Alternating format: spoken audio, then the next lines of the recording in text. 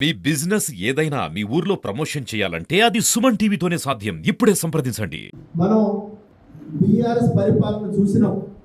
10 సంవత్సరాలు వాళ్ళు పరిపాలించిన కానీ రైతు రుణమాఫీ ₹1,00,000 ఏకకాలంలో చేస్తామని చెప్పేసి ప్రజలను మోసం చేసిరు, రైతులను తీవ్ర ఇబ్బందులకు గురి చేసిరు.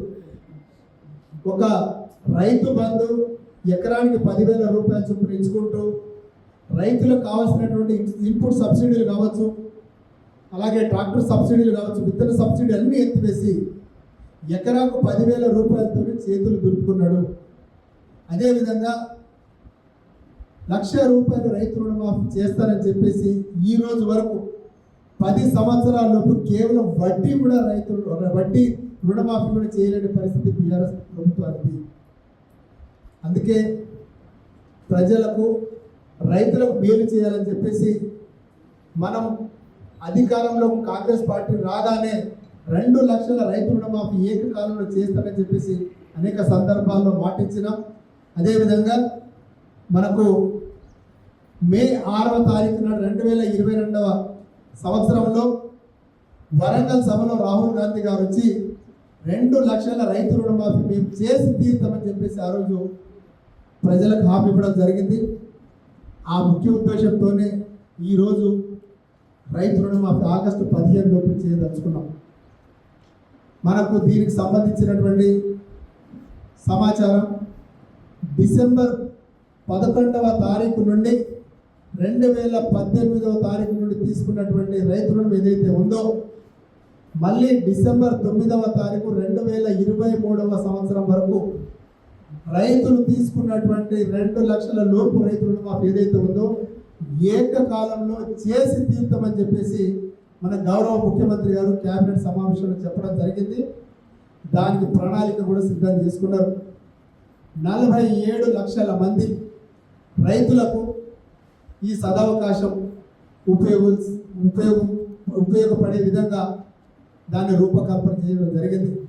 అదేవిధంగా 31,000 కోట్ల రూపాయల భారం మన ప్రభుత్వ ఖజానా మీద పడుతుంది.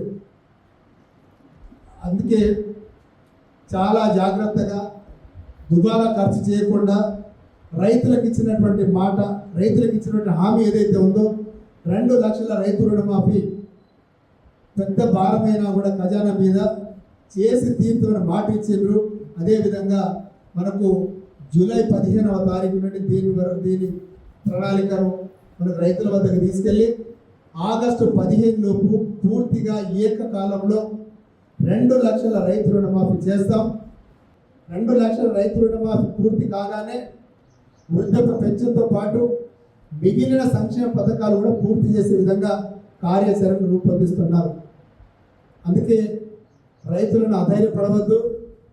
ఇప్పుడు ఇచ్చినటువంటి విత్తనాలు ఏవైతే ఉందో నాణ్యమైన విత్తనాలు, ISI స్టాండర్డ్ కలిగినటువంటి విత్తనాల కంపెనీల నుంచి మాత్రం మీరు కొనుగోలు చేయండి. పంట నష్టం కాకుండా చూడండి. ఒకవేళ కనుక నష్టం జరిగితే ఏవైతే మనం విత్తనాలు తీసుకున్నటువంటి ఆ కంపెనీ మీద మనం చట్టబద్ధంగా తిరిగి వసూలు చేసుకునే విధంగా కూడా మనం కార్యాచరణ రూపొందిస్తున్నామని చెప్పేసి అనేక సందర్భాల్లో ముఖ్యమంత్రి రేవంత్ రెడ్డి గారు కూడా చెప్పడం జరిగింది. వర్షాభావం కావచ్చు, తుఫాను కావచ్చు, లేకపోతే వర్షాలు పడక ఎండిపోయినా కూడా మన పంటలకు ఎటువంటి ఇబ్బందులు కలగకుండా పంట నష్టపరిహారం ఇచ్చే విధంగా కాంగ్రెస్ ప్రభుత్వం చర్య తీసుకుంటుంది.